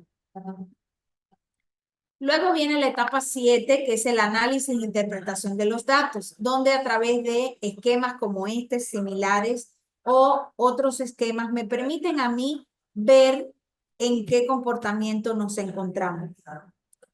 Luego tenemos la visualización de los datos. Fíjense que hasta eso yo tengo que ser celosa. Yo no puedo, por ejemplo, aquí tenemos varios ejemplos. Tenemos un gráfico que es con barra. Tenemos unos con curva, la curva O se llama la curva de Gauss, en la que me permite a mí saber que hay un comportamiento que va siendo cíclico. Acá tenemos en forma de pastel, ¿verdad? Mire este pastel que me está diciendo que esta porción de torta representa el 50%. Por eso es que lo llamamos en forma de pastel o en forma de torta. Pero veamos este penúltimo gráfico. ¿Será que yo logro entender en ese gráfico qué está pasando, cuál es el comportamiento?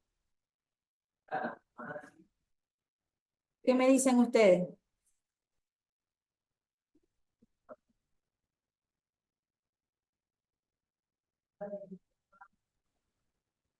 Podría ser que para las personas que no están acostumbradas se les haría un poco complicado de interpretar. Exactamente. La persona que no domina completamente la investigación o que no ha hecho la investigación, le va a resultar difícil, porque si bien es cierto, tengo 3 colores, celeste, verde y amarillo, me cuesta saber qué porcentaje tiene el celeste, qué porcentaje tiene el verde, qué porcentaje tiene el amarillo. Como que está un poco ahí incongruente. Entonces, yo tengo que hacer gráficos que realmente sean visibles, que permita llegar a la conclusión de un problema. Lo mismo sucede con el último gráfico. Esto es un gráfico cualitativo, pero para yo hacer ese gráfico cualitativo que parece como que entré a un laberinto y no sé por dónde voy a salir, yo tengo que dejar, por lo menos, hacer flechas, de manera tal que permita decir que esto es la continuidad de esto es la continuidad de lo otro, para poder indicar el camino por el que ingreso y el camino por el que salgo. Y no se ha dado cuenta cuando usted va a un lugar turístico donde en todos los lugares hay una señalización. ¿Con qué objetivo? Con el objetivo que usted no se pierda. Si usted va a un zoológico, hay una señalización. Porque como mismo usted se puede meter en la jaula donde están las gallinas, se puede meter en la jaula donde está el león, de manera tal de que de las gallinas va a salir fácilmente, pero del león ¿cree que va a salir con facilidad? No, no va ni a hacer el cuento. Entonces, todo tiene que tener una señalización y una organización para poder transmitir una información y que la persona lo entienda.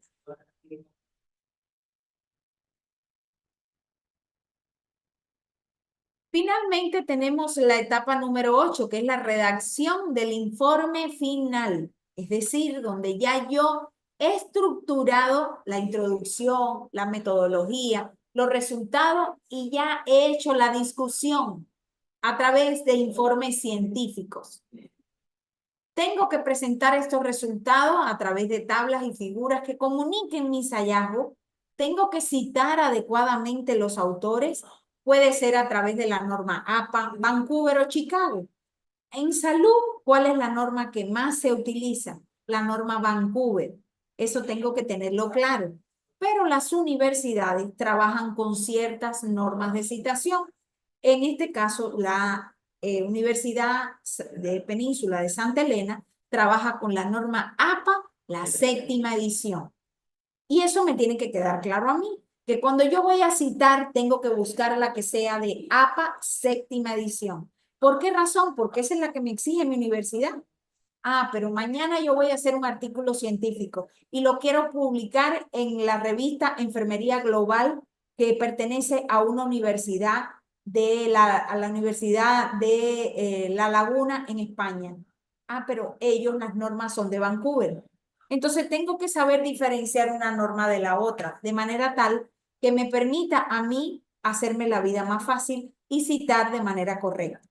Luego viene la revisión y la edición, es decir, que hasta que yo no tenga la versión final de mi documento, no lo puedo publicar. Finalmente, la etapa 9 y la más congratulada es la difusión y la comunicación científica, donde ya yo me siento así, como está ese barquito volador. Ya me siento con toda la competencia para desplayarme ante cualquier escenario, ¿a qué? A expresar mi resultado. Entonces, eso es muy gratificante, pero antes de esa congratulación que he tenido que hacer, he tenido que pasar muchísimo trabajo para llegar a tener una investigación completa y terminada.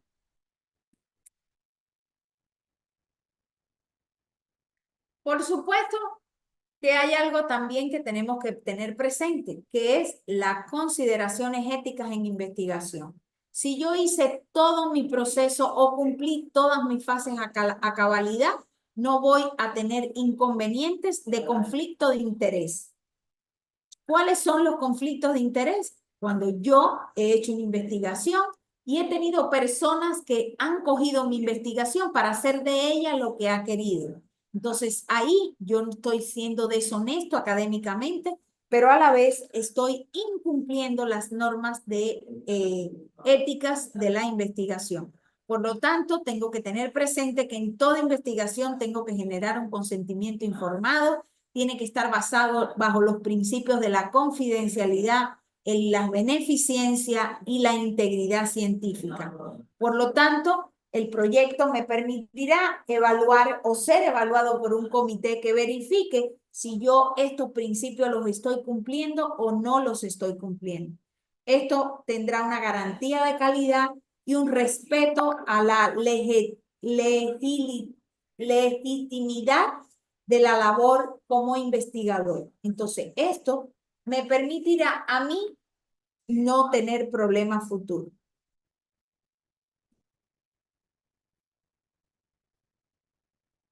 ¿Cuántas herramientas digitales podemos encontrar? Bueno, tenemos más de 20 gestores bibliográficos que me permiten a mí llegar a una información sumamente competente. Tenemos más de 15 software que sirven para análisis de datos.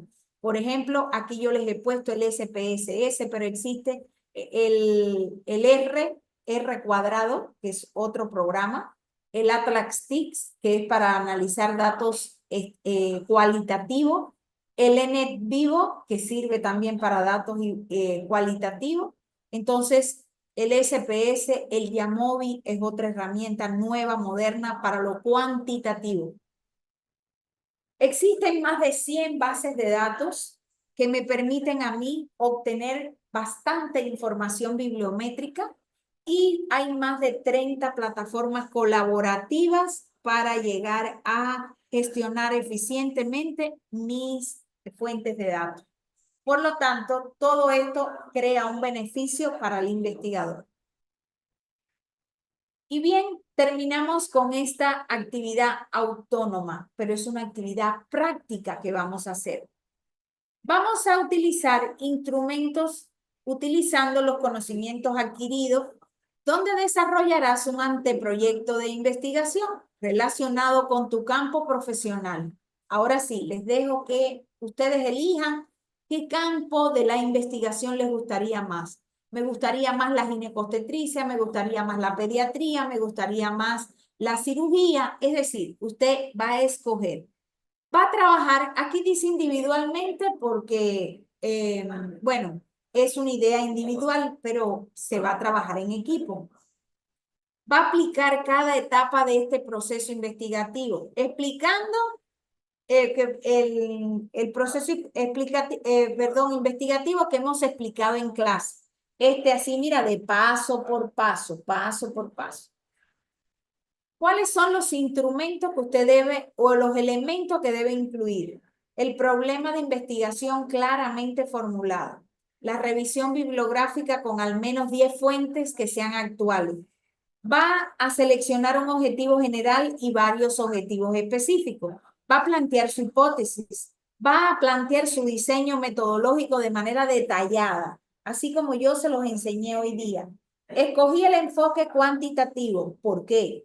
Escogí el diseño experimental. ¿Por qué? Escogí una población de 300 personas. ¿Por qué? Todo con un porqué. Va a utilizar instrumentos de recolección de datos que pueden ser elaboradas por usted o pueden ser ya publicados o ya utilizados internacionalmente. Por supuesto, va finalmente a tener unas consideraciones éticas y de esa manera tendremos el trabajo terminado. Claro está que vamos a utilizar un trabajo chiquito, chiquito. Chiquito quiere decir que, por ejemplo, cuando yo voy a hacer la revisión de la literatura, en el trabajo grande se trabaja con 5 autores internacionales, 5 nacionales y 5 locales. Aquí no vamos a trabajar con eso. Aquí con que usted me mencione uno internacional, uno nacional y uno local, estamos correctos. ¿Estamos bien? Entonces, ¿qué es lo entregable que tengo que tener? Un documento escrito. Ese documento escrito no va a exceder las 7 páginas, incluido todo. No va a exceder las 7 páginas. O mínimo 7 páginas. Si excede más, no hay problema. pero no quiero que exceda más porque copiaron y pegaron de ningún lugar. No, no estamos buscando cuantía, estamos buscando calidad. Entonces, para yo medir calidad, menos es más.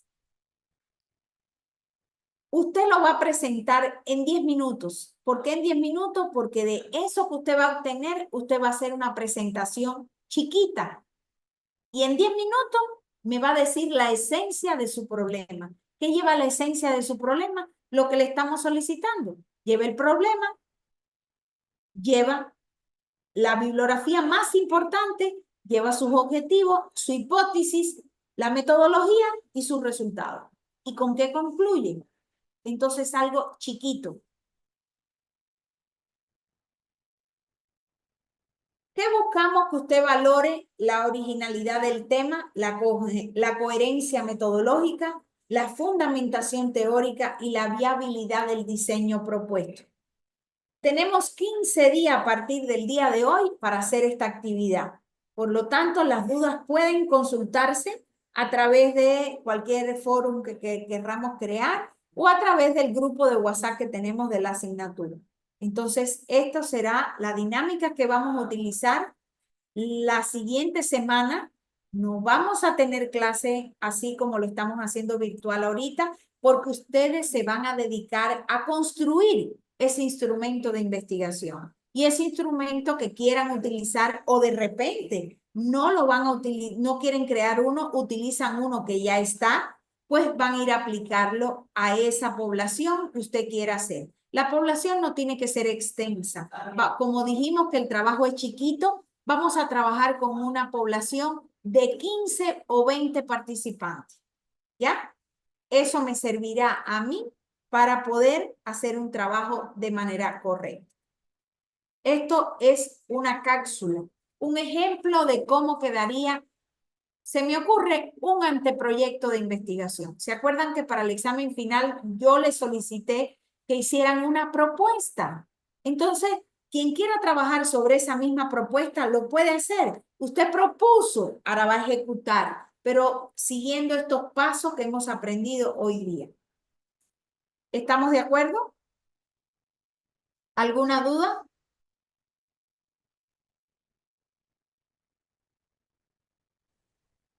O sea que con el trabajo en el que presentamos para el examen, el proyecto que hicimos, con ese vamos a, prácticamente ya no es como una planificación, sino una ejecución del proyecto en sí, en el que nosotros podemos trabajar con encuestas como métodos para sacar el análisis de datos en barras y eso, pero con la población pequeña que usted ha mencionado. Puede ser realista, tipo, puedo enviar la encuesta a personas reales y no basándome en un proyecto ya hecho. Ya. Correcto. Es Y al decir, momento, usted va a ser lo más realista. Muy bien entendido lo que está planteando. Ahora sí, hay una diferencia. Decíamos que cuando hacíamos la propuesta, que fue lo que hicimos para el examen, ¿cómo era la redacción de una propuesta? ¿Era una redacción en presente, en pasado o en futuro?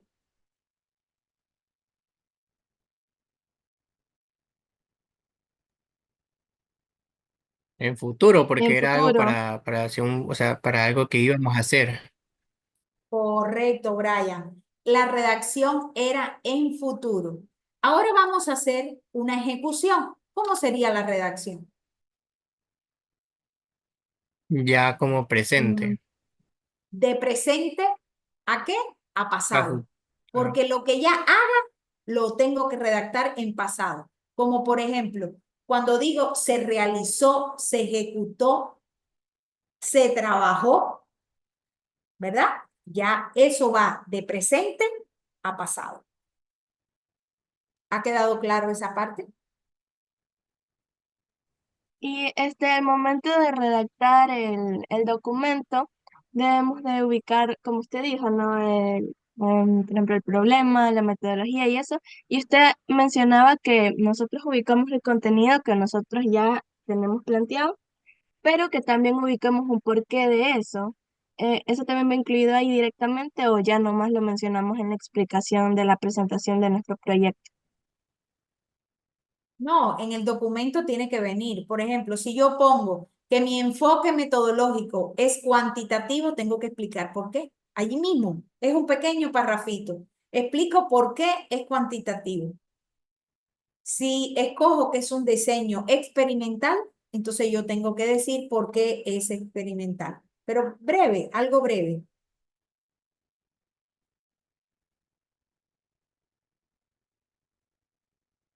Adelante, Brian.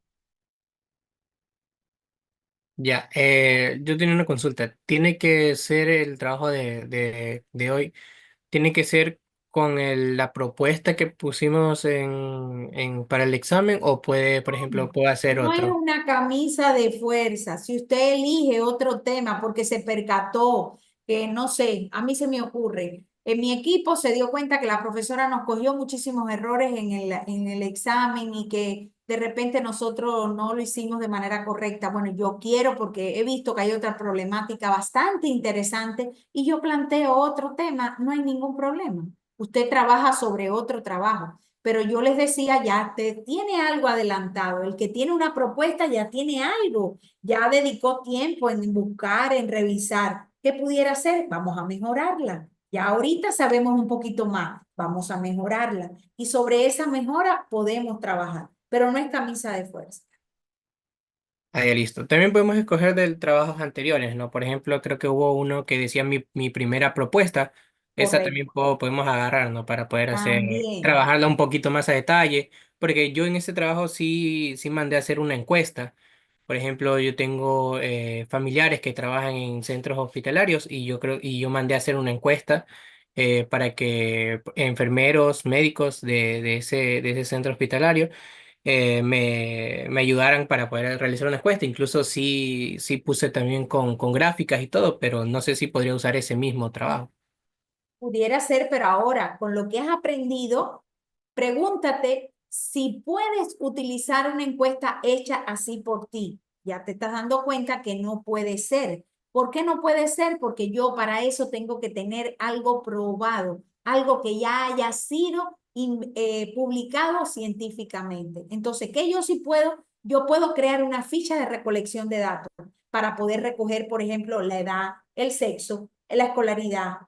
Eso sí, eso se llama ficha de recolección de datos o se llama recolección de datos. A veces hay instrumentos que ya vienen con esa ficha incorporada. Es decir, el instrumento, se me ocurre, existe una escala para enfermería que se llama la escala de Bardell. ¿Qué me mide la escala de Bardell? Me mide la capacidad funcional que tiene el individuo para realizar las actividades de la vida diaria. Pero dentro de su instrumento, el autor, quien lo hizo, ya había incorporado. ¿Qué edad tiene usted? Se identifica como hombre, mujer, nivel de escolaridad, ya venía incorporado. Yo puedo utilizar un instrumento que ya lo tenga incorporado, como puedo yo como investigadora crear una ficha de recolección de datos. Ahora, ¿qué es lo que no puedo crear? Yo misma crear un instrumento, porque yo lo puedo hacer, no es que no lo pueda hacer, pero para yo utilizarlo, hasta que yo no lo publique, yo no puedo utilizarlo.